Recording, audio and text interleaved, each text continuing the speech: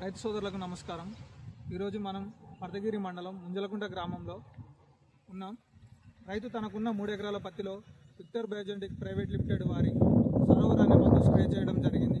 ఈ స్ప్రే చేయడం వల్ల రైతు పత్తిలో ఎలాంటి మార్పులు ఉన్నాయి, అది రైతు మాటల్లో విందాం. నమస్కారం అండి, మీ పేరండి? ఎవరు? ముంజలకుంట.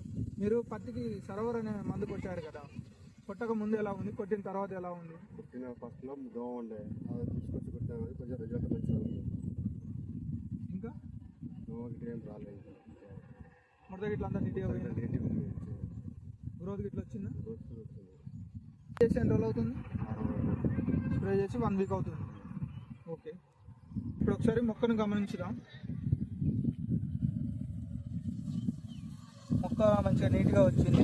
తెల్లదోమ, పచ్చదోమ, పేనుబంక, పిండి నల్లి ఏం లేకుండా ఆకు నీట్గా ఉంది.